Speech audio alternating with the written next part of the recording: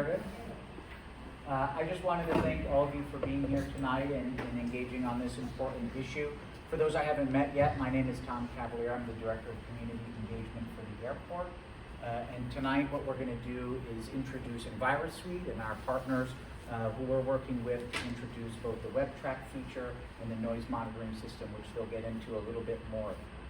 But just to kind of provide a high-level overview, this is the start of what's going to be a very long-term conversation about collecting data, being sophisticated about how we collect that data, and making sure that we're all on the same page, accessing the same information on local aircraft activity and the noise levels and noise activity that's happening here at the airport.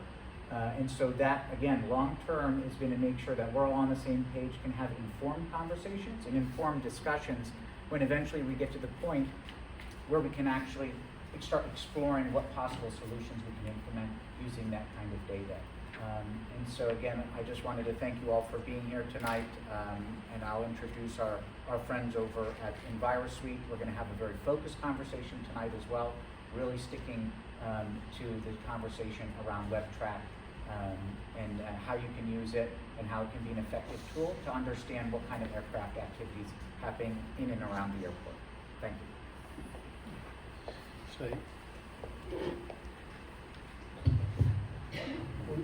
Is it better with the microphone? Is that easier to hear? Okay. Did you miss everything I said? So thank you very much, Tom. Really excited to be here today. So my name is Greg Bracci. I'm the Vice President of Envirosuite. And we're going to spend a little bit of time here today talking about, and I think Tom did a really good job of talking about, this is a journey, this is a program, and this is the first stage, and a very important stage in the program, really around sharing data, transparency, and having a conversation around what's going on. And so I have with me as well Rob DeFranzo. Both Rob and I have been in this industry for well over 25 years. And so we'll talk a little bit about Envirosuite as well, and the solution and kind of what we're rolling out here tonight. One of the things we're going to do is we are going to turn the lights off so it's easier to see. So before we do that, I just want to, if anyone wanted to move around or come closer, we're going to show a couple of slides to talk through kind of the program. And then from there, we're actually going to show the WebTrak webpage live. And so we're going to spend a little bit of time. The idea here is to not only show you what's going on and what's coming out, but give you a little bit of an understanding of how it operates, so that when it does go live, you can go, you can utilize it, you can get the information that you're looking at or looking for out of the system. So I'll ask Rob to kill the lights, and then we'll go from there.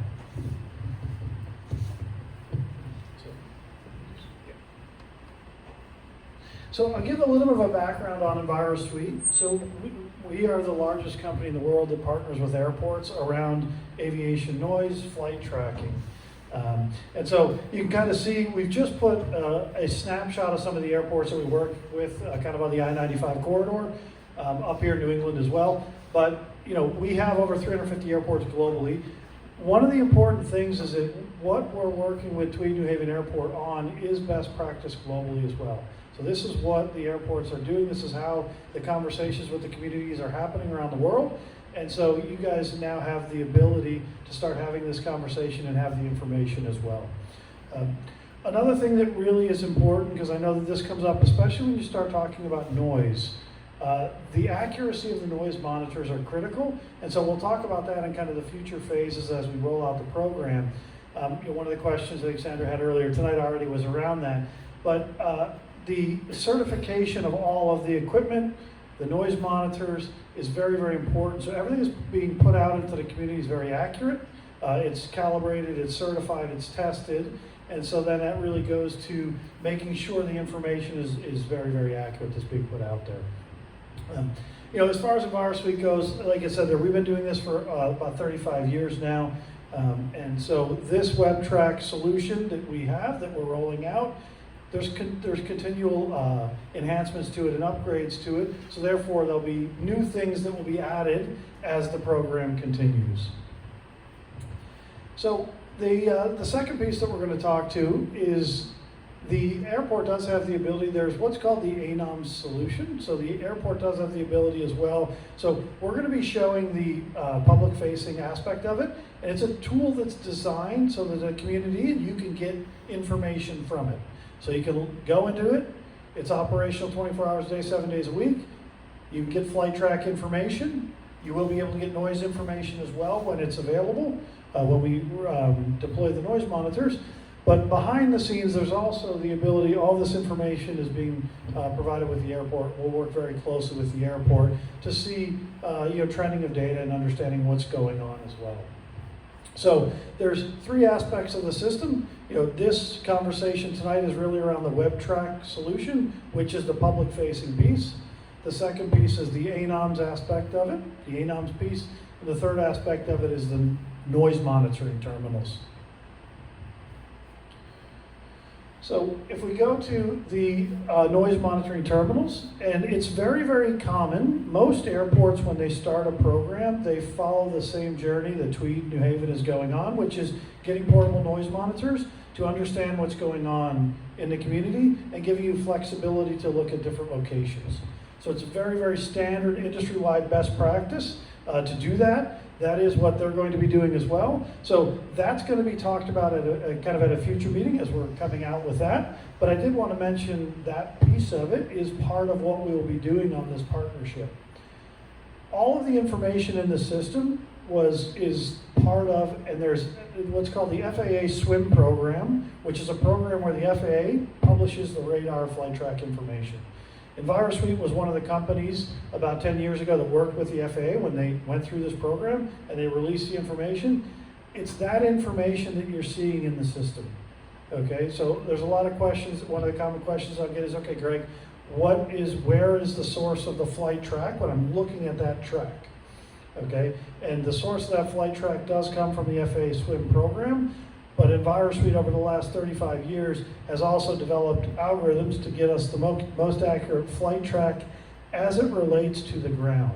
Because that's really what we care about, is where is the aircraft in relationship to the ground, or relationship to potential noise impacts. And so that's part of the program then as well. So this is now the main aspect of what we're going to be talking about tonight. And this is what's called WebTrak.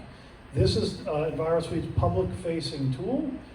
There's about probably 75 airports or so, to 100 airports globally that use this system.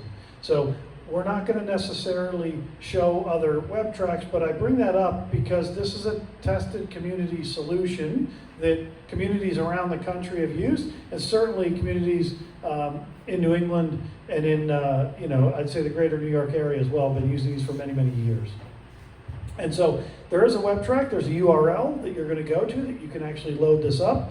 As Tom mentioned earlier, it'll be made public probably in the December timeframe is when it's going to be, we're still finalizing the date as far as when it's going to be made public. But again, the process that we're following with Tweed New Haven is very similar to what we do with all of our clients globally, and it's industry best practice. It's getting stuff operational, engaging with the community around it, making everything available inside the airport, and then publishing all the information as well. And so there's a couple of different aspects of the system that we're going to talk about that are very, very important. Okay? And so we're going to go through, and I'm going to show a couple of the different things inside the PowerPoint.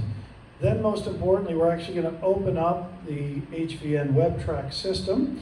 And I think everybody got a piece of paper. You should have been able to get a piece of paper when you came in with some information. The idea with that is that's going to give you some general information on how you're going to use the system. There's certainly, as you start to use it, you get more and more familiar with it, and it is quite easy to use and understand, click through it and get information, both what's happening right now, but also what's happening historically, or what has happened historically, which is quite common. Something happened, you want to look at what happened yesterday, last night, a couple of days ago, very easy to do that in the system. So a couple of other things we're going to talk about. One is called the point of closest approach to your residence. So the whole system is designed so you can put your information, your house in. You can then get what was the aircraft and what was the information relative to my residence. And we'll walk through that. But it's called a point of closest approach, and it's a very, very important thing that will show you how far the aircraft was from an altitude perspective, but also from a distance perspective from the center of the aircraft to your residence. Then, yep, no, you go to the next one, Rob. Okay. So here is, again, so here is a screenshot of the actual system. So you'll see the system is going on right now. And in the top left-hand corner, you're going to see departures are in green, arrivals are in red. Okay? Now, you're going to notice there's going to be a lot of aircraft that are actually gray. You know, the greater New York area is a very, very busy airspace. There's a lot of what we call overflights. So there's a lot of aircraft in the area that are not actually origin destination Tweed. They're, you know, they could be Kennedy departures, they could be LaGuardia, they could be White Plains, Westchester. And so the system will show up, but that's where you'll see a lot of the traffic, which is gray. Those are traffic that are in the airspace, but they're not actual traffic from Tweed, New Haven. So really what you're looking at when you want to understand the aircraft relative to HVN, you're going to be looking at the greens, again, which are the departures, and then you're going to look at the reds, which are arrivals. And we can configure the colors too, so we've actually changed the reds to blue for now. Yep. Yep. Good point, Rob. Thank you. Then you have down here, you'll get the, so then you have down here, this is called a message window, and you'll see it. But this actually gives you some information. Obviously, how the airports operate is very dependent on weather, right? And so this also has a weather overlay as well, so you can see, and we'll show with the system running live, we'll show some historical information when there was rainfall in the area. But you can see here's some weather information as well. On the far left-hand side, this is, if you will, the information bar. That's the main area of the web page where you can go. You can look at historical information, and then you can also file a noise complaint, and you can provide your information and put it into the system as well. So we'll go to the next slide, Rob. So this is what I mentioned before. This is what's called the point of closest approach. Okay, so in this location, you can, in the system, you can select your residence or a point. It doesn't necessarily have to be your residence. You can type in an address, or you can drop a pin on a map. And then what you can do is when an aircraft, so this aircraft is coming in, and what you can do is it'll tell you, the system will tell you what is the point, the closest point that aircraft ever came to that residence. And so you can see, in this case, it was 3,800 feet altitude, and it was horizontally 3,300 feet horizontally from the center, from your residence to the aircraft. It's very, one of the other questions I commonly get, because it's actually very hard when you're looking up to understand exactly where the aircraft is, because you're looking up into a very large blue sky in many cases. So sometimes you feel like the aircraft is right overhead, when actually it isn't. And so this is a really important, powerful tool to look at it to say, okay, truly how far away was that horizontally from my residence? And then what was the altitude it got on the closest point? Up here, then, there's also aircraft information. So there'll be things like tail number, there'll be origin destination for commercial traffic, things like that you'll actually see in the system. And then this will update in real time. So you'll see this will be 3,800 feet. It will then go down 37, 36. But point of closest approach will not change, because the point of closest approach is that point that was closest to your residence. And so now we go in, and the other thing you can do, and again, we'll show all this stuff going live, but here's a departure. So this is, if we go back to a date and time, this I believe was from today, 11:15, 11:20 this morning. So this was a departure. It's an Orlando departure.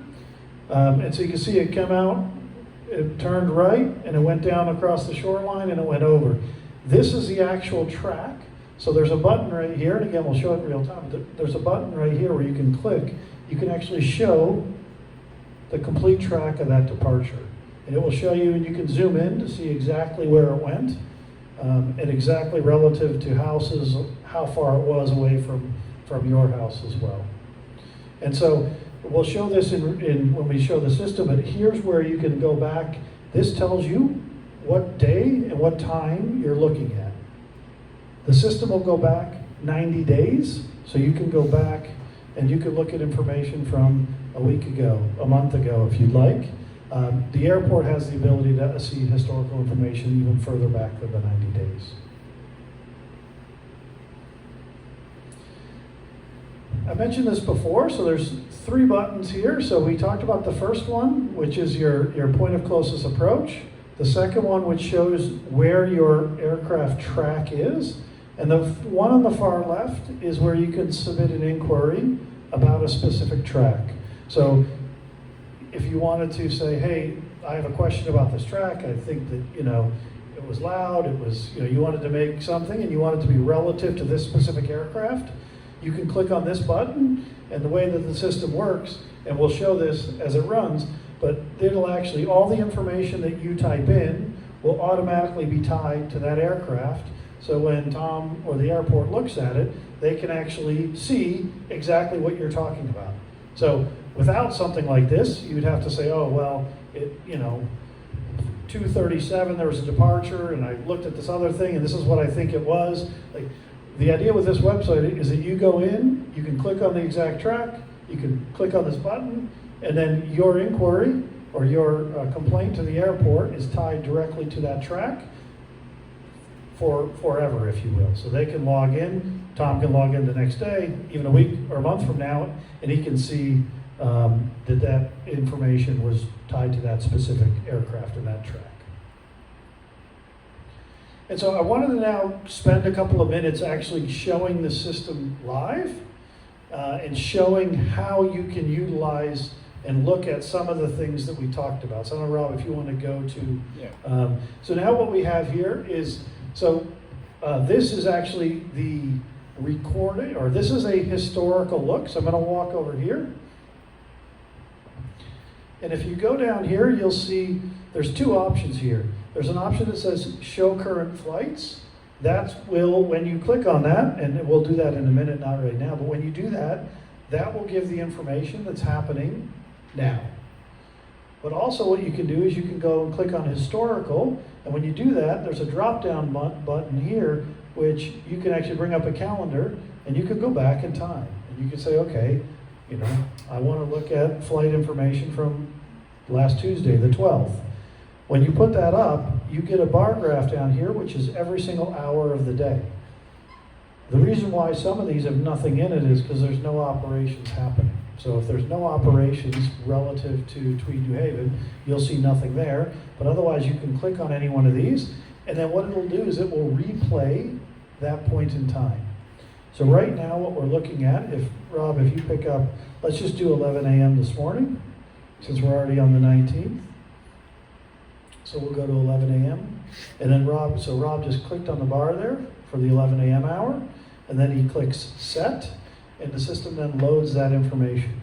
And you can see once that happens, you'll actually see the aircraft, both local traffic to HVN, but also the overflights, because again, you'll see the gray overflights that are in the area, and so you'll see. And as Rob said, we've changed we changed the arrivals to be set up in blue, and so you can see that information happening. So again, the idea behind this is that you can go in, you can then look at what was happening historically, and especially if you wanted to understand where the aircraft was relative to your house. And maybe even file a complaint against it. You'll get all of the weather information, less helpful in real time because you know what the weather is, but quite helpful when you look historically, right? Was it raining that day? Was there something going on that might drive the operations to operate slightly differently? So let's go now, Rob, to one of the Just show the slider and some of the functionality. Yeah, so that's a good point. Then, because we'll try to get one of the departures. So you look at here, down here at the bottom, there's actually a slider. So if you go and you move that slider, that will move the slider in time. Okay. You can also play it back at various speeds. So if you go over here where it says 1 time and you click on that, you can actually play it back 2 times, 3 times speed. So therefore, you can look at, if you want to look at a half an hour, an hour, 2 hours worth of tracks very quickly, you don't have to play and look at it in real time. And so you just click on that. You then change, as Rob was doing, you just change. So right now he's doing it at 6 times speed. So basically 30 minutes is being played in 5 minutes. And you can see the aircraft moving a lot quicker. Let's see, Rob, if we can find that flight. I think it was 11:19 was when you had the Orlando flight that we were talking about earlier. Yep. So So that's probably it right there. So you click on it here, so you have your departure. So it's HVN to MCO, departure. You'll see the information. So Boeing 737-800. And it's at 1,900 feet. You'll kind of see it's going to go out, it's going to come down. And then when Rob has selected it, so let's go through, Rob, if you don't mind, and we'll actually go through those 4 buttons to show everybody kind of how they're going to be able to use it and look at that information. So if this was a flight that you're interested in, the first thing you can do is you can click on that button that Rob is over the top of to show the static track. So that now shows the track of the departure out over Long Island Sound and down, as you can see that information. Now, if you say, okay, that flight was a concern for me, and I want to provide that information to the airport, the next thing you can do is if you click on the far left button over there, you can what's called report this aircraft. So when you say, yes, I want to report that aircraft, what that does is it opens up a message window where you can put your information in to provide your feedback to the airport, and you can see it has loaded into it the tail number and the aircraft type and all that aircraft information. So what it's saying is that I wanted to file an inquiry or a complaint against that specific aircraft because, for whatever reason, and then you can put that information in, you fill out your information, you can put your message in, and then you can submit it, and you just go to submit complaint. That information then goes into the system, and it goes automatically to the airport that you can see. But more powerful than that is actually, and again, the idea behind this page is to give transparency, to let you see and get the information. So you don't necessarily always have to be going directly to the airport to get the information. So if we go to the next one, We're going to do the house. So what we have to do first, so this is now, if we want to do a point of closest approach, the first thing we have to do, and Rob went up in the far left corner, you can see you put your house into the system to say where you live or where you want to get information based on. So it doesn't necessarily have to be where you live, but it's like, hey, I am here, I'm in this location, I want to get information relative to me. So you can go there and you can either drop a pin on a map if you'd like to, or you can actually type in your street and city address and hit find. And so when you do that, that's then what it's going to do is for the point of closest approach and the other information, it's going to give it to you relative. So perfect, Rob. So Rob just dropped a pin on the map right there. So he's saying, I want to get information relative to that specific location. Okay? And so now once you do that, and maybe Rob, if you want to zoom in just to show the granularity that you can get, because it's quite granular to understand if you want to drop it into a map or drop a pin on it, you can just keep zooming in.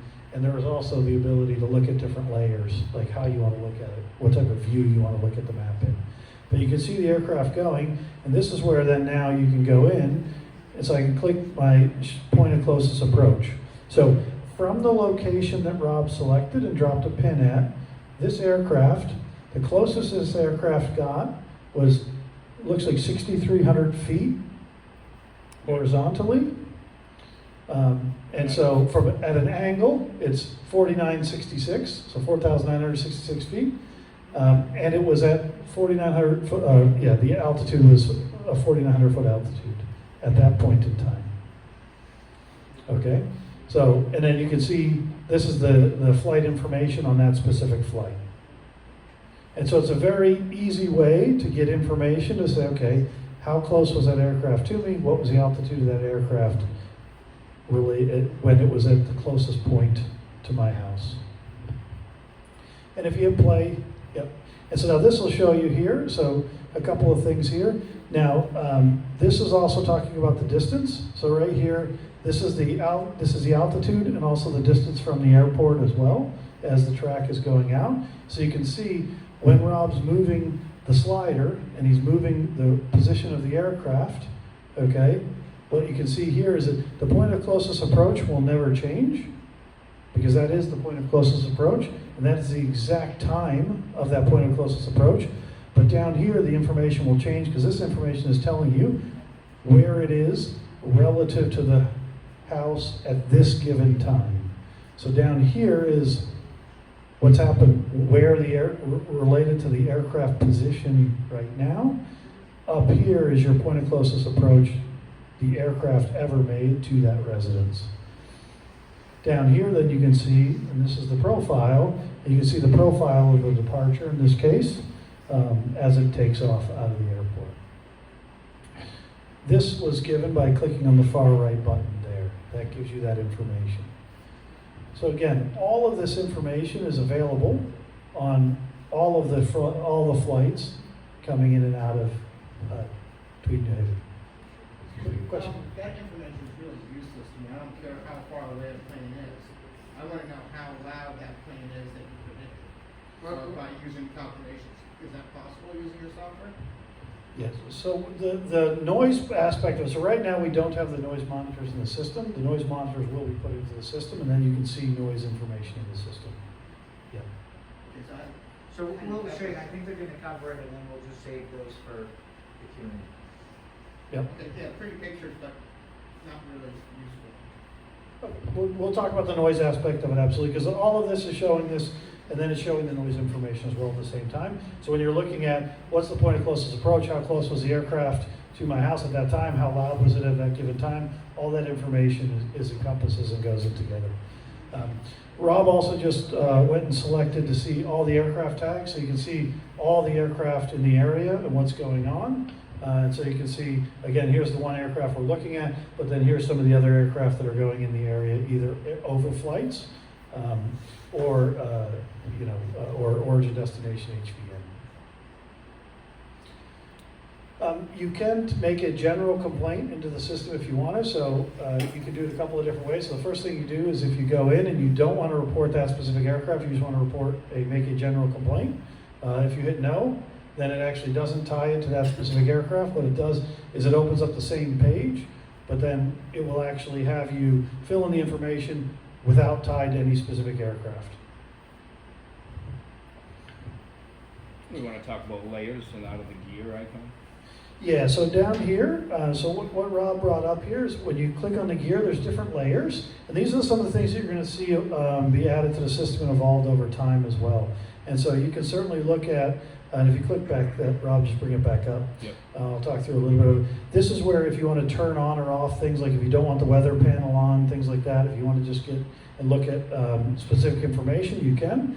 Otherwise, over time, you'll see these change. And if I go right over here, here's a couple of layers that I have right now. So I have the airport boundary, I have runways, I have airport information. You might put in, certainly additional noise information and other things that can be part of it as the program evolves. That will all be part of the system, and you're going to select on that to be able to get that information. We want to talk about the likely flights. Yeah, I think we'll do that, and then we'll talk about, we can talk a little about answer the noise question, answer general questions as well following that. So one of the things that people would like to do is they want to understand what are the likely flights closest to where I live, and it might be the source of bothering me. So if you see Rob in the top left-hand corner, he's going into investigate. Okay, now there's two things you can do. You can actually just open up the complaint form that way. So if you just want to do that, but otherwise you can do what's called show likely flights. So if you click on this show likely flights, it's a very similar, what it will do is related to your location. So it uses the location information that you put in, and at any given time it will tell you what aircraft were in the area by a list of aircraft, what was the most likely aircraft that was causing noise in your area. And you can see obviously in this case, when we did it, we have show likely flights related to this, and what it is saying is that there's obviously only one flight at this given time, but that any noise that you would hear here related to aircraft was coming from that, even though there was other aircraft in the area, because the system knows because of altitude, type of aircraft, things like that, it can determine which is the most likely aircraft that caused the noise.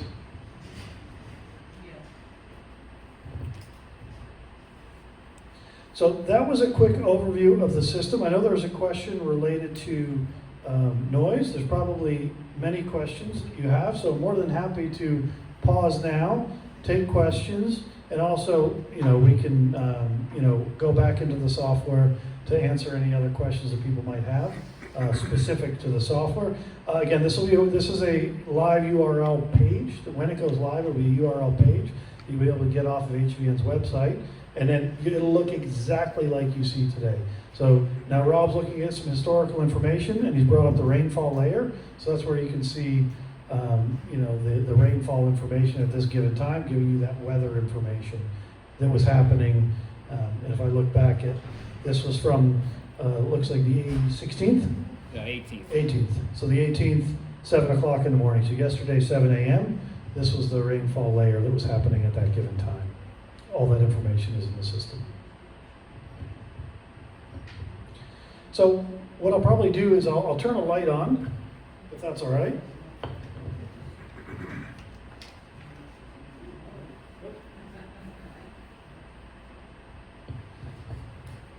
There we go. And more than happy to answer some questions, talk a little more about any aspect of the system. Question? Okay, so I did look over at your White Plains Airport, and Yep. you have noise monitors that are pretty close to flight patterns, which is good. Yep. I also looked at Baltimore, and your noise monitors are spread out like a mile away from the airport or further. Do you do noise monitoring very close to the airport? Like most of the noise complaints in this neighborhood is, I don't know, the airport's 2 streets from my house. Yep. And nobody, the whole thing that the city did was they used a calculator, went on the Boeing site and said, 737 MAX makes this much noise. And so that's how it was approved here. So as you can see, some people are a little upset at that mathematics. There's no environmental impact study, so there's a lot more people upset. So is there plans to get noise monitoring closer to the airport? Yeah, so you bring up a very interesting point, because you contrasted White Plains and Baltimore, and so we work with both airports, transparently, and many others. Every airport is different. Every local aspect of it, to your point, is very different, and that's why HVN did the right thing by starting with portable noise monitors to understand locally what's going on, and understanding how they can take some measurements, get a fair understanding of what's going on locally before just start dropping any sort of permanent noise monitors or things like that in the location. So that's a credit to them and the decision that they make, because what happens is Envirosuite has, I don't know, somewhere in the order of 2,000 noise monitors around airports in the world, and they're all in very, very, very vastly different locations, if you will. Like, some are very close, some are far away. You get to some airports and you're 20, 30 miles away from an airport and they still have noise monitors, because that's what's, you have elevation changes, so that's what's local to that community. So certainly something that's going to be a big part of the program as we move forward. Yes, because I would definitely for us to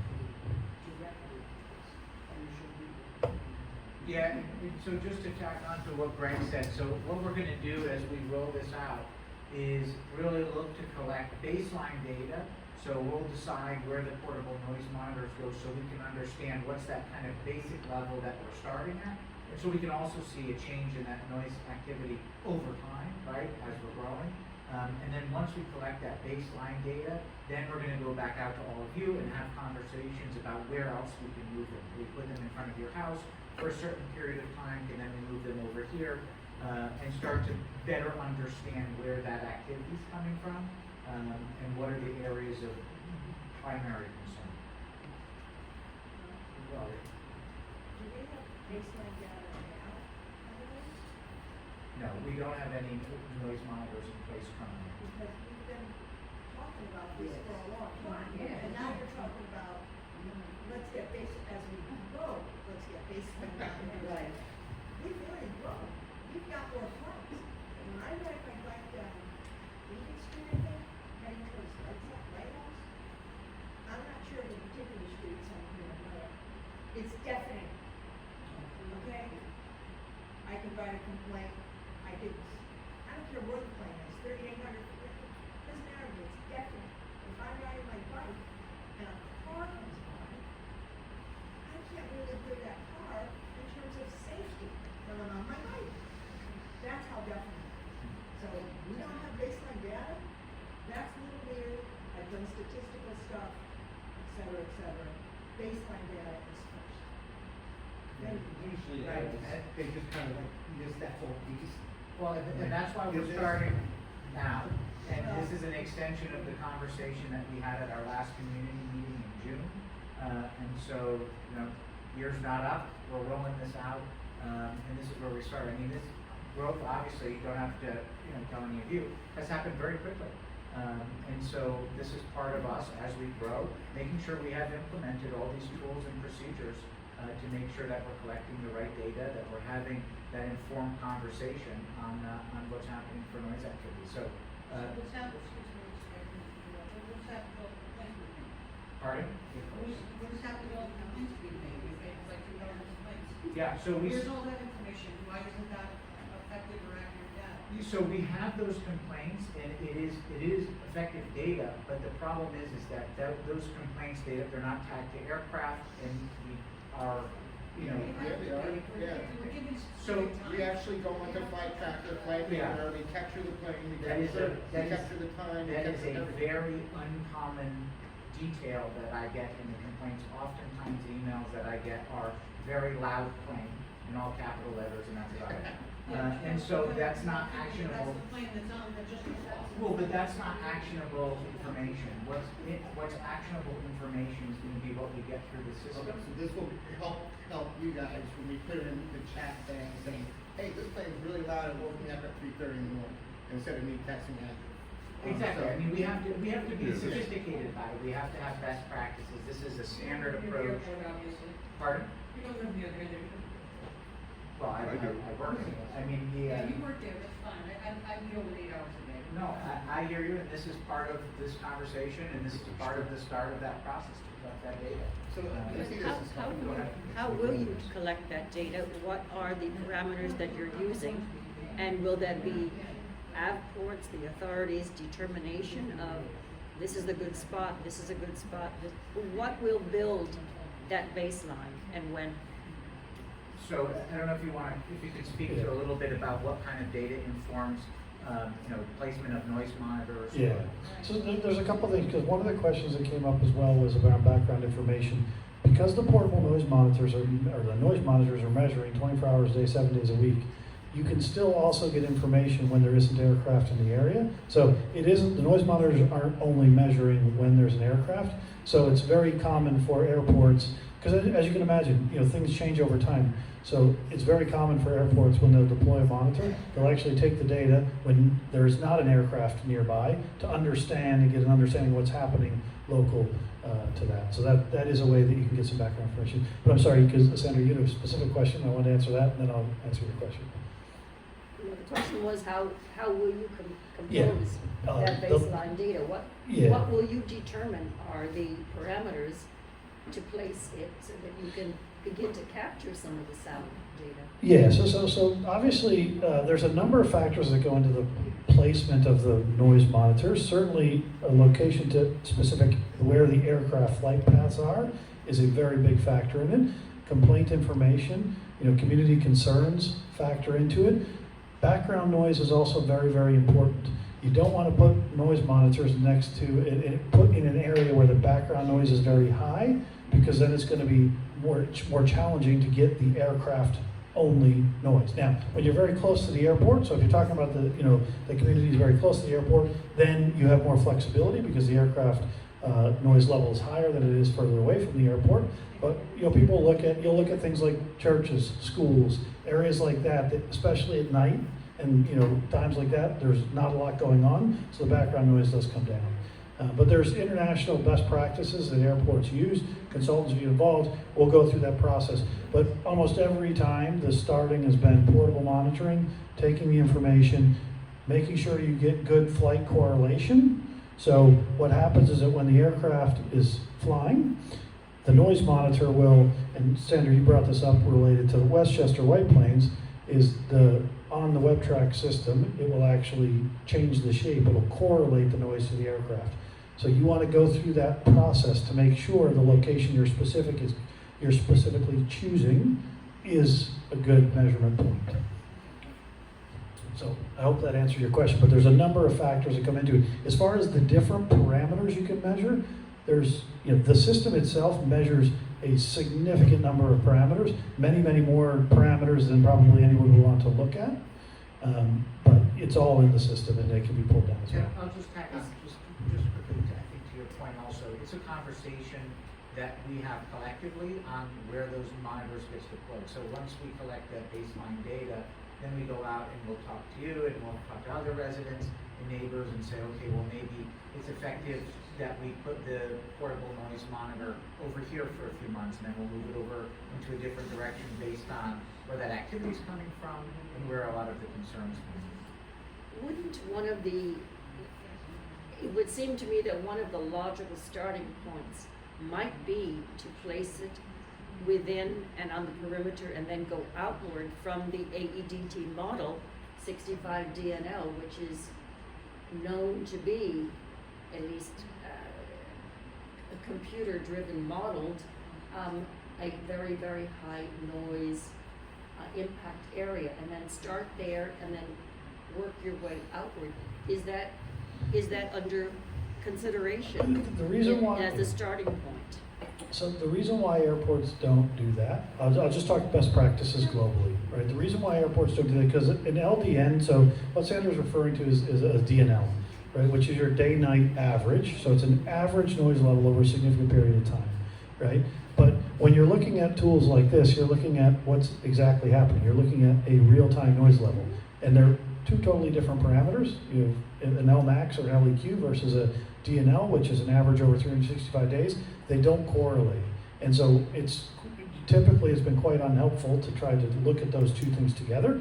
So people don't put the noise monitors on the 65 DNL, 70, 60 DNL barrier line. That's why they don't do that.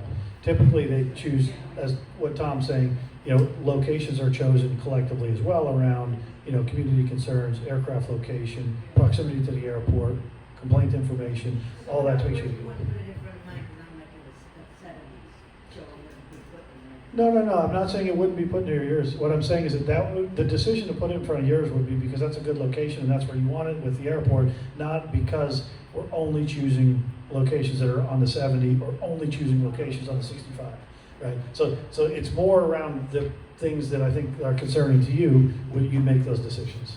If you can help me understand this now, if this monitor is put a mile away and it's 90 at my house, where's it gonna be a mile away? What's the noise gonna be? The noise from the aircraft? Yes. So the noise from the aircraft, if you're looking at where it's at, so if you're measuring, you said your example I think was 90 decibels, right? But that's where that aircraft, or that's where from the noise monitor relative to the point in space of your house. In this tool here, it does not extrapolate, and So it's not an accurate reading? it's 100% accurate reading, absolutely. It's a type 1 sound level meter, which is the most accurate noise measurement So it's gonna reading. be an accurate reading as if it was sitting right next to that airplane? I'm going to guess that he didn't include noise monitors here because of the 737, 800 flies over at 1,300 feet. It's going to hit 80, 85 decibels from a mile away. But Jim, we're going to include these monitors. This will be part of the program. At the point of origin, when that plane is at its loudest, Yep. if the monitor is a mile away, is it gonna get an actual reading of the decibels? It will measure, absolutely. So the sound level meter, the noise monitor it's an international standard called type 1. It is the most accurate noise monitors out there. That's what consultants use when you're taking noise measurements. Very different than an iPhone app or something like that. It's taking accurate readings. It's taking accurate readings at that point in space. We're going to put the monitors typically in a good location that we can get relative to an aircraft, so you wouldn't specifically put it a mile or two away. So I think what she's getting at is, if you place a noise monitor somewhere, and then they type in their address and they want to see the closest point, that's not going to give you the noise there. Not at their No. home. No, it's going to be at the monitor. It'll be at the monitor, because you're measuring, you're measuring the noise at the monitor. Not the impact on you. Another question, is the noise being monitored only when the aircraft is in flight? No, so the noise monitors are measuring data 24 hours a day, 7 days a week. So even if they're just sitting sitting waiting hardly to leave? So the noise monitor, yes, so the noise monitors are always measuring noise data, and once they're in this system, you'll see, so if you go to White Plains and you go to 3 o'clock in the morning, And even if there's no traffic, you'll still see the noise data in the system, and it's still coming in. So the noise is always being measured. It will only be correlated to an aircraft if an aircraft is operating nearby and it made the noise. Otherwise, it's just giving you background noise. It will be any aircraft, commercial or private, would be included in this, correct? Yeah, well, so there's origin destination from Tweed, New Haven, and there's overflights. So most of what we're talking about here is all around origin destination HVN, and it will get commercial and it will get private. And also, sorry. No, you see, it's just measuring noise, right? It's not. Exactly. It's It's just- not specific to aircraft or anything like that, it's just noise overall. Yeah, And so- it'll correlate it Leaf to blowers. Exactly. Right, so you see, okay. Exactly. So the noise monitors measure the noise from every single thing that's happening at that point in space. Then what we do is the software looks at the aircraft the aircraft that are close by, the type of aircraft it is, the noise information that it has from that aircraft, to then determine if the noise came from that aircraft, and if so, how much. Yeah, I really like your software, it has a lot of potential.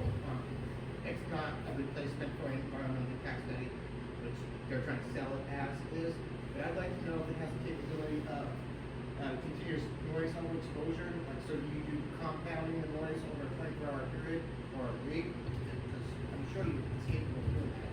Then you drill down a little bit, and I'd also like to see the total number of arrivals and departures in the software per fleet. Can you guys add that?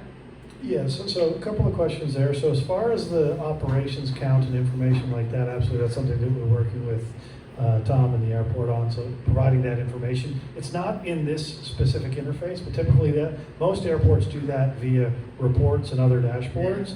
They don't, Trust them. what's that? They don't trust them. Well, but that information is coming from the same system, and I think that's one of the things for the airport is the data comes to us directly from the FAA, and it's published, and it's very transparent from that aspect of it. So the operations information is from that. Yeah, except it's not, like, you guys have the capability of doing it next day, where the airport out in off and they report on it, but it's not every day. But this software, you have the opportunity to report each day how many flights landed, how many flights departed. I mean, if you want to, so for full transparency, you could go to each hour of the day. You could click on the hour of the day, and it'll show you every single operation. It actually gives you a number down there. So I know it's hard to see with the light on, but Do you have an API I can interact with and pull data? there's no API out of this software. So for OpsEasy here, so the operations count from 1 o'clock on whatever day we're on, the 18th. The operations count was 7 and 8, and so you can see every single hour of day. It's happening in real time. That information, so you can see that at any time you'd like to. It's always there. Thanks, Ronnie. Right, I don't know if this is for you or not. Is this going to replace the current DOT program that you have months now? No, well, what you would want to do is for the DOT sort of concern form, you could really use that for anything. What this is going to be is specifically for noise. So this would be specifically for anything related to the airplanes regarding noise, fumes, things like this? So just noise, not fumes. Right. So now if I you- have two things to do, Well, it's just one place is specifically about noise, and that's going to be what allows us to collect that more accurate, more actionable So data. now if I have a plane that's sitting, waiting to take off, the fumes are choking me to death, I've got it on the side, and it's running up, it's loud, I have to make 2 different complaints. No, you would just make one either through DOT, or you could call them. And then the other one, this system is just noise, so that wouldn't Right, be a so noise. that place is concern. making noise, I have to go to this system to make a complaint, and if there are, emissions, I have to go to VOC. Well, I mean, if it's all part of the same concern, you can put it all into this system, as long as it But if it's includes gonna be, noise. if it's gonna be, discounted because you're only using this for noise. No, we wouldn't discount anything, but if you have a noise concern, then you would express that noise concern through this system, and you would relate it to an aircraft. If you have any other concern, if it has to do with traffic or it has to do with, you name it, you would just go through VOC. So you wouldn't have to make two, you would just have to make sure you place that one concern in the right bucket. Well, you would technically have to make sure that they're distinct, but in any case, how difficult is this complaint to file? Not at all. I think they could even show you Yeah. just again and pull Because, up the. you know, Yoshi, if you make a living, that's a full-time job. Yeah, so that just also for everybody's awareness, I'm also looking at ways that we can make the sort of concern form through VOC better, easier to use, and just all around improve that kind of user experience. So that's something that also is on our radar for, I guess, pun intended. This is the complaint form. So again, you can get it from two locations. You can get it from clicking on a specific aircraft, or as Rob showed before, you can go up to the top left and there's an investigate button that you can go and click on. You see his mouse over there on the left-hand side. When that comes up, it will either be tied to a specific aircraft. If it is, that information is loaded. Otherwise, it will just come up blank. You can put your information in there.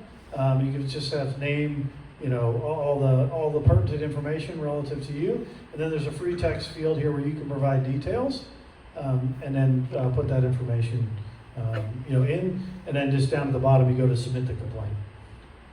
So as we, you know, move forward as well, there are options for, you know, being able to auto-populate fields and things like that to make it, you know, a little bit easier if that becomes, you know, When some. we submit one, will we get an email back saying that we submitted this complaint with, Yeah, so- what we said in the complaint? Yeah, so what'll happen is when the system is first rolled out, when you select on it, it'll give you a confirmation on the screen that you have submitted a complaint. You can request to be contacted, and then, you know, and then one of the future releases might be, Like to get, well, I can't speak for everyone, but I would like a record that I submitted this complaint at this airplane at this time, and I said this. Because, you know, we can submit complaints all the time, we never hear back, ever. I've never heard back about it. So it'd be nice to have like a record of our actual complaint, so that's quick to do. there's, again, to Tom's point, it's a program that we're working on here, so absolutely, these are things that are. When you're delivering it to them via email, going to guests, so why can't you just? No, so Yes, Well- if you're asking how we access the complaints, there's a couple things. One, I respond to every single question, comment, concern I get through VOC, and so just, you know, we'll make sure I'm sort of transparency. You know what I mean? Well, I've given up like 3 months ago. I started 3 months ago. No, so I mean, any question, comment, concern, just to be clear to everybody, if you reach out to me directly or you reach out through the VOC system, I will respond and we can talk about whatever your concern is. On this system here, we're going to be able to see, I'll be able to go in and access where the comments are coming from, what the aircraft are, and then as we look to package that data, to report out on it as well. Because we're going to have, you know, as sort of coming out of a lot of this, you know, is about transparency, right? So where are these concerns coming from? Transparency says that you should send me a record of what I reported, so I have a receipt, but, you know, it seems like it would be a good thing. Yeah, I mean, so I don't know if I don't think there's a receipt function on this. So we have the ability when you, you know, as the program evolves, it's certainly something we do. There's, you know, when you start talking about personal information, there's additional steps that have to be taken to make sure that the right information goes to the right person. So there's aspects of that go into it. But absolutely, there is the ability in a future aspect of the system where you can get a receipt. Yeah. You can get confirmation. And it's a good, Send me a copy. oh, but yeah, I mean, that's a good point of feedback and something you definitely can look into to, you know, to address if that's a concern. And, you know, make sure you have that record. And if I could ask you guys too to just pull up, and this is a question that came from over in the back too earlier, which is why isn't VOC that kind of actionable data? One, it's because, you know, comments that are in all caps that say plain loud is not something I can do anything about. And especially when you have multiple aircraft operating in the area. And so if you guys just pull up any like random day, I think what'll be really interesting to see is how many aircraft are in the area and how few of them actually are landing or taking off from Tweed at any given moment. And so that's why this is such a critical piece of the conversation, because unless it correlates to something, you know, there's really no relationship to a concern into an aircraft operation. Yeah, so Rob, if you go to, yeah, so see, even here as we zoom out, so you'll see here, this is a RDU, so this is Raleigh-Durham to Boston. This is an arrival going into Boston. You see the overflights. And so you get to busy times of the day. You get to the, you know, certainly some of the morning times, I'm sure, are quite busy in the airspace in and around New York. And so you'll see a lot of the traffic coming in. Again, all these that are gray have no, you know, they're not landing or departing out of Tweed. What they are doing is they're just an overflight in the area. I don't know if you had a chance to take a look. You know, part of that, you know, the question about the yield shield and what is interesting about the system is how you can see all the aircraft activity happening in the area and how you can actually at any given moment really relate to it. You know, so you can go to high traffic areas. I mean, you could look, you could look right now. Yeah, and you can put these in the system, correlate them to an aircraft, and you'll see just at any given high traffic moment, you know, obviously we have flights landing and taking off, but, you know, as a piece of the overall aircraft pie. Tom, so this is great. So planes are flying out over our house. There's going to be more planes flying out over our houses. They're going to be happening. Maybe Portsmouth 40 flights a day, so that's 80 planes a day. That's once every 15 minutes. So now we get to call you and say, hey, available flight, blah blah blah, make really loud noises. What are you going to do about it? So what are you going to do? Yeah, so to the point earlier, which is this is the start of collecting data so that we can not only just in rooms like this and in conversations like this have informed answers about where they help me with 737-800s flying 600 feet over my house at 3 in the morning. No, So- it doesn't help me.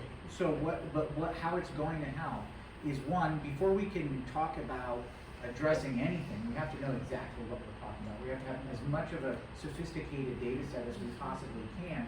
And ultimately, as this ladders up and we look at, when we start to move the deployable monitors, as we eventually get to the point where maybe we sort of start implementing permanent monitors, and conversations with the FAA, with other interested stakeholders, legislators, whatever it is, to be able to say, okay, here's what's happening. And if it's the FAA who says, okay, well, based on the information that you're able to share with us, actually, let's look at shifting a flight path over here, or let's do, It's not going to help us though, because everybody knows 737-800s are loud. If I ask Siri right now if 737-800s are loud, she's going to say yes, they're really loud. So are you going to stop 737-800s from landing here? no. I mean, this is Yeah, not, so this it's is not not going a, to help us that live next to the no, I mean, of course, this is, again, I mean, this is not a system that's gonna make the airport disappear. Yeah, right, it's a you guys system have the designed for ability of public not education. allowing 737. No. We do Legally, not we're not. have that ability. We gotta be super clear. We absolutely do not have the ability to discriminate against any aircraft. We do not. It is illegal. It is against every, basic rule and regulation. You violate noise, the noise things, Can't, that, and the short runway and all that stuff. none of those So the FAA things. doesn't care about safety, right? They absolutely care about safety, and we have And they care about safety. we've had the most reliable airline in the United States operating out of Tweed for the past several years. The scope and role of an airport is an incredibly limited one, and one of those areas where we have absolutely no authority is the regulation of aircraft landing or taking off. We cannot discriminate against aircraft, we also cannot discriminate against them based on noise. So, in order to reduce our aggravation against AV ports and, our animosity towards you guys, is there a way that you'll work with us to reduce having airlines come in with these big planes? We cannot. So It is- we can't work with us. It's not that we, to encourage it's not that we We can't can't or be don't want to. prejudiced We against are- a It's- business. it's- We're not it's- allowed to Encourage do that. other airlines not to come in. You We can't cannot. do Wait, that. I mean, just, it is illegal.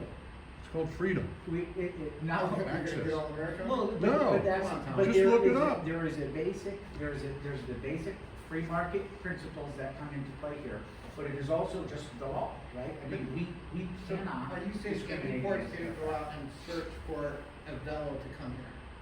Did you guys talk to Avello and bring them in here? And you said, yeah, cool guys, you guys wanna fly these 737-800? We can make that possible. So- You guys never said that? So we're an airport and we want planes to fly out of, Yeah, right? I and mean, it's it's not a mystery, right? What our, goal here is we're growing the airport. There are a lot of advantages and benefits to a growing airport that I'm obviously not gonna get into tonight. But the other piece of that conversation, is just being super clear about what we can and can't do. We So cannot you discriminate against don't aircraft. need to sell Tweed as a place for 737-800? But that's not how it Looks like works. we're getting off topic. We're getting off topic, but the point here is, because at least just tying it back here to the conversation at hand, which is that this is about transparency. The aircraft that are flying out of our airport have information that we want to register, we want to capture, we want to capture it, and we want to correlate it to your You understand concerns. it's not transparency if you're misleading us about how you attract different airlines here. And if you're aware of an airline coming here with big, huge, loud planes, and you're still attracting them, instead of attracting an airline like Breeze with brand new, quiet planes, then that's misleading us. But that is not the role or function of the airport in those kinds of conversations. I understand what you're getting at. It's the role and function of a good neighbor. There are a lot of other factors here at play, but just to keep the conversation on track here. Yeah, I'll talk to you later, Tom, I can't. If we have other questions or comments on the system, or WebTrak, aircraft activity,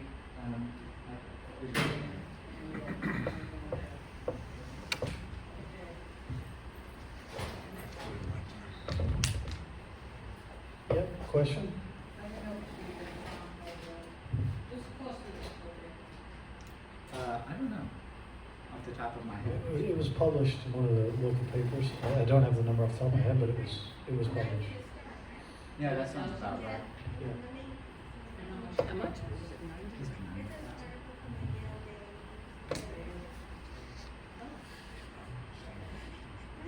Other than, what benefit or difference does this make to the community? Truly, what, bottom line, what benefit or difference is this gonna make to the community, other than we have another resource to complain in? Yeah, so, If I can, Tom, by collecting this empirical data, we can look at that, analyze it, and possibly make changes to either flight pass, voluntary flight pass. I came from an airport where we had a noise abatement program. I'm sorry? You're still not gonna change when they're idling on the runway. no, this is No, not yeah. what that's about. Right. We can't fix everything, no. It's gonna change. So, but I could try to Will it answer make the other people question. that are not in the All right, Well, if we just. I'm not gonna answer the question, I won't. Pardon me? If you don't want me to answer the question, I'm not gonna sit here and Please talk. be respectful, I'm trying to be. Okay, Thank you. so, I am asking you, because we're in the immediate area of this airport. so am I. We're on the bottom, we're at ground zero with this thing. Yeah, We've got all the noise, we've got all the activity. yep. Is it gonna make any difference to the people that are in the immediate area of the airport? Is it gonna make a difference to somebody who's in Branford, North Branford?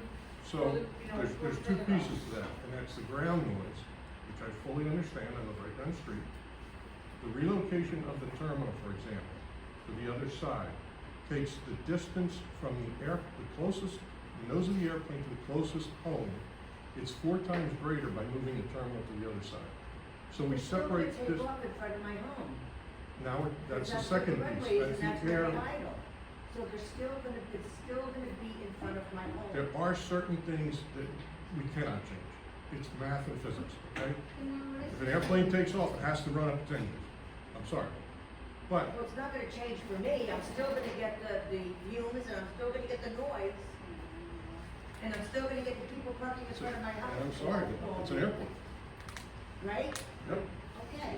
so you answered my question. Not gonna change for me either. Well, you may You're not right in front of there though, you're probably down around the corner. You're Well, probably right here somewhere. let's avoid these kind of, I mean, at the end of the day, really. At the end of the day, At the end of the day, you go home. You go home, you don't have to worry about where you At live the or end coming of from the the day, airport. there are two pieces to this. There's the operating reality of an airport, and then there are the things that we can introduce to what we do, so that as we have these conversations long term, we can look at addressing the kind of solutions that Tom had mentioned. But Lorraine, you have a question? I went to the board meeting last month, we were going through this stuff.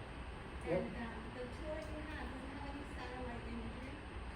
This is a tool we have of satellite. You're talking about this, yeah, so there you go. So you can change, It wasn't shown at the board meeting, so I didn't know if you had it. yeah, so if you go to the top right-hand corner, there's a bunch of different layers you can have. So you can look at the different layers in the system. You go to aerial view or road view, and then you can get that right on the webpage. The hardest part of this is understanding that the airport creates noise, so why should the residents have to be the complainer who files a form?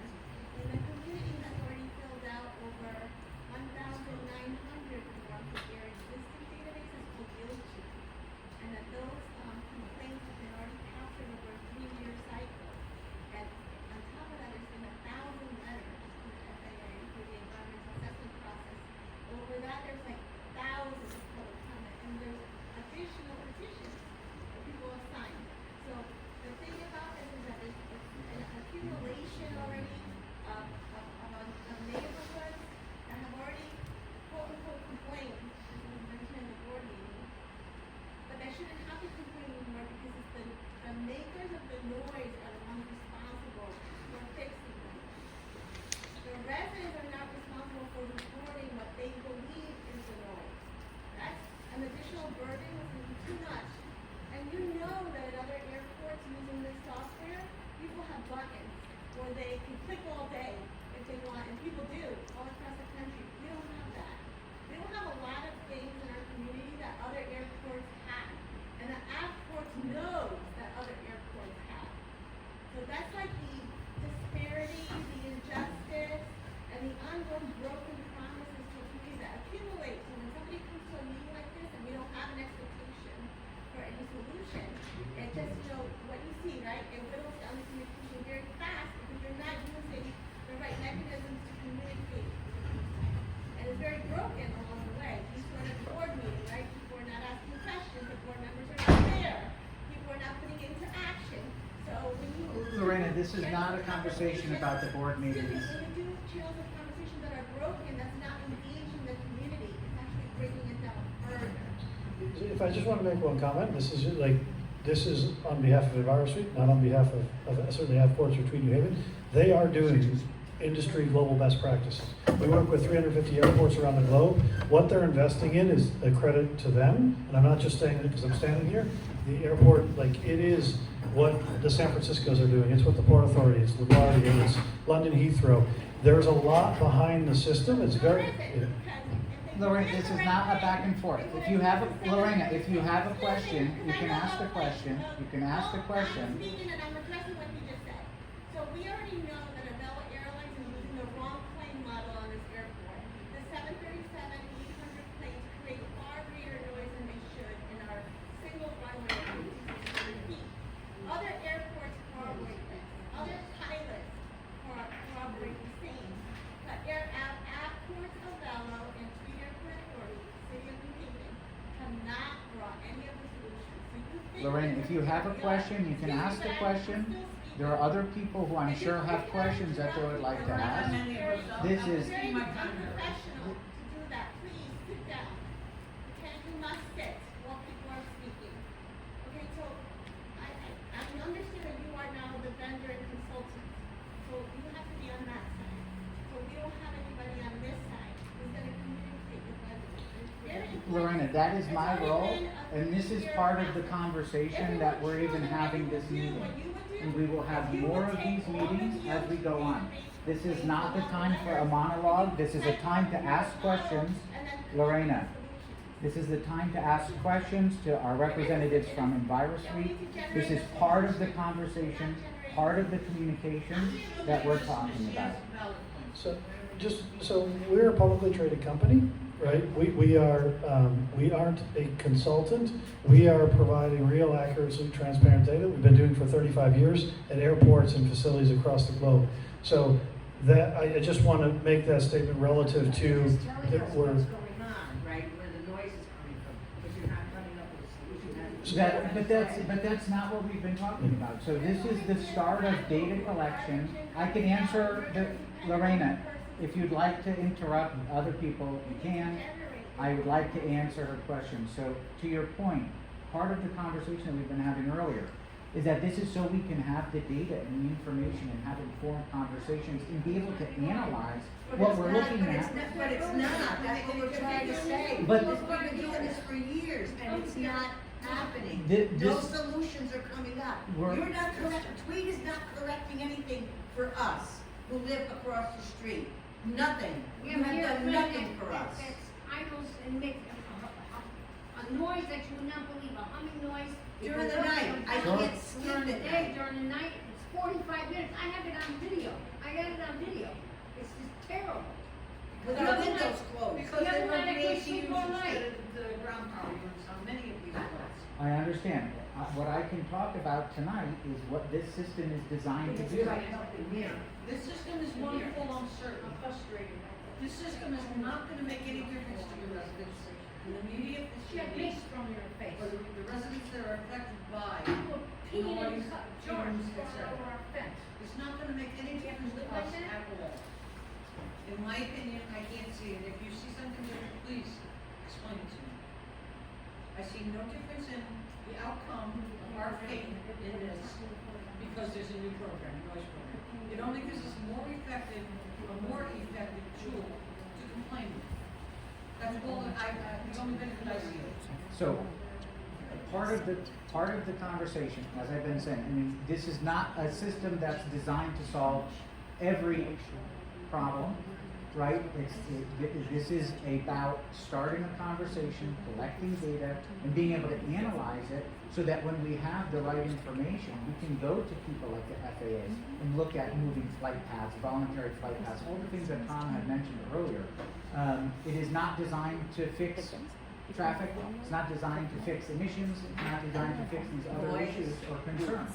But what it is designed to do is collect the data. Change a flight path for somebody down in.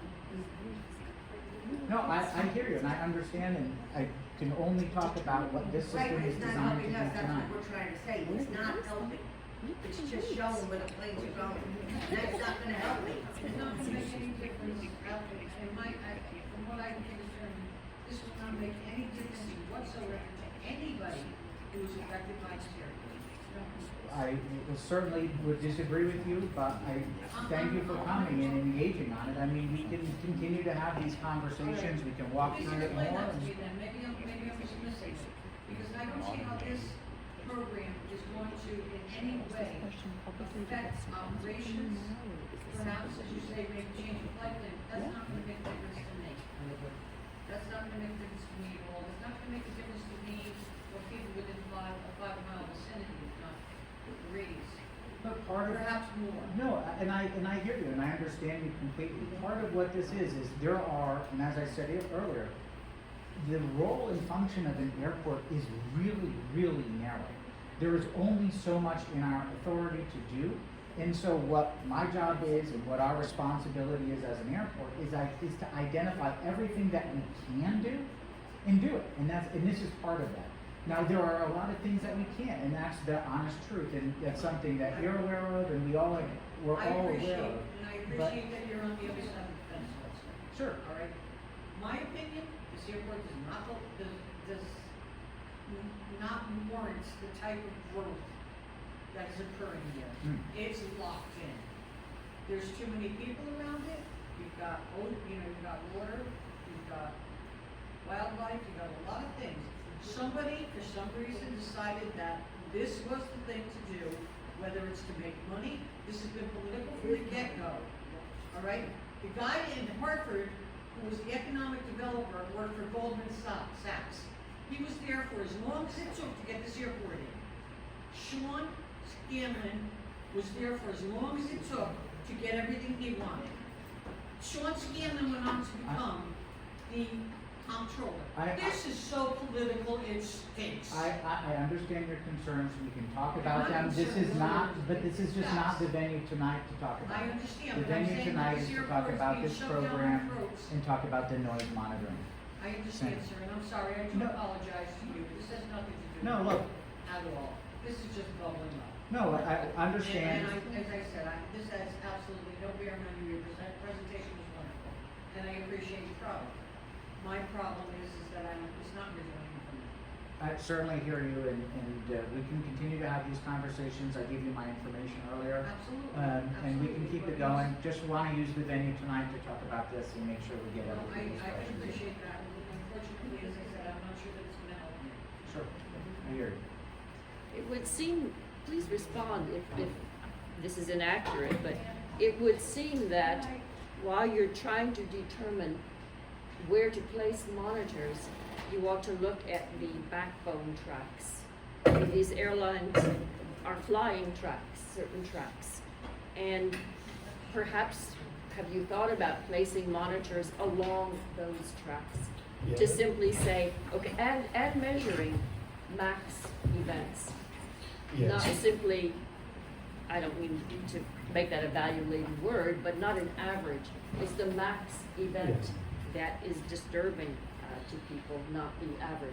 Yeah, exactly. And so on this site, on the website, you'll see the max sound levels when they come up there, and absolutely placing noise monitors on the flight path. That's one of the most important factors, if you will. Like we talked about before, there's different factors that go into the selection of the monitors, but absolutely getting them close to the flight paths, upwind, downwind, close to the airport, all those things are very, very important. So you're absolutely right.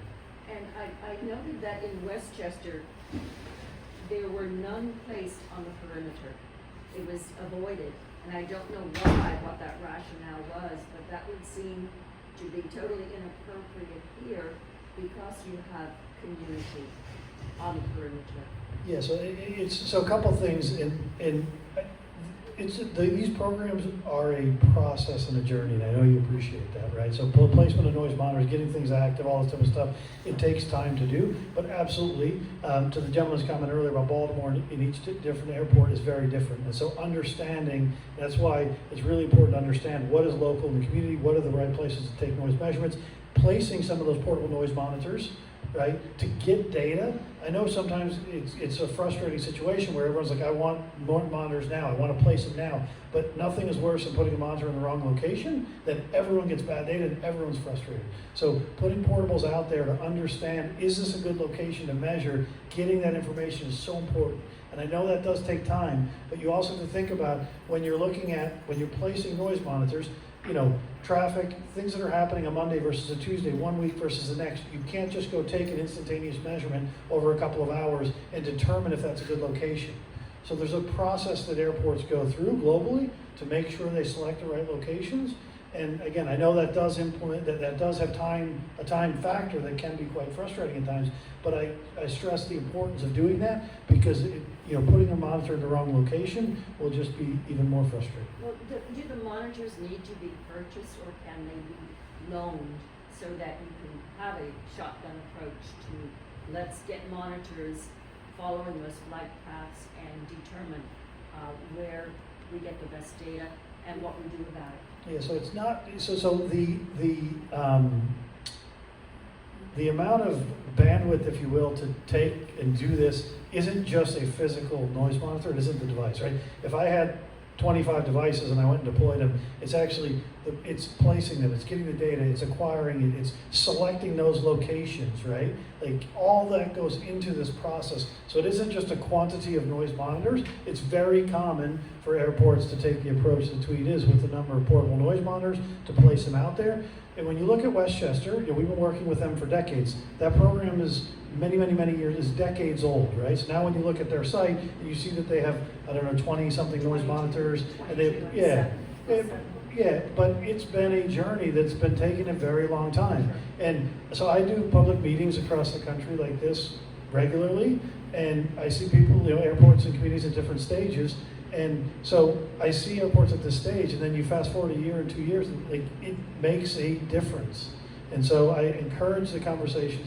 The system isn't designed just to be a take complaints in. The system is designed to give the airport information behind the scenes and to give the community transparent information, right?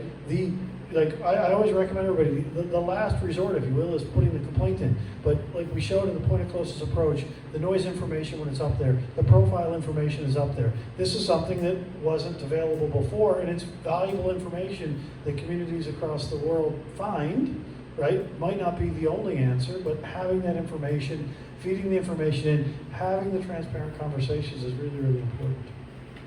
Thank you, Greg. We're at time, it's 8 o'clock. I just want to thank you guys for being here. Thank you for engaging on the topic. Again, this is a start of a longer conversation. This isn't a one and done kind of deal. We're going to continue to have the conversations about this subject, especially as we roll out additional features for the program.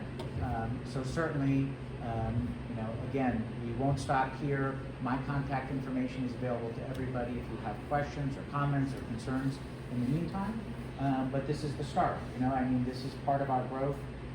This is part of transparency, and it's part of making sure that we have the data that is going to be able to inform actual solutions to a lot of these concerns. So thank you for coming out, and thanks to Envirosuite. Thank you, everybody. Really appreciate it.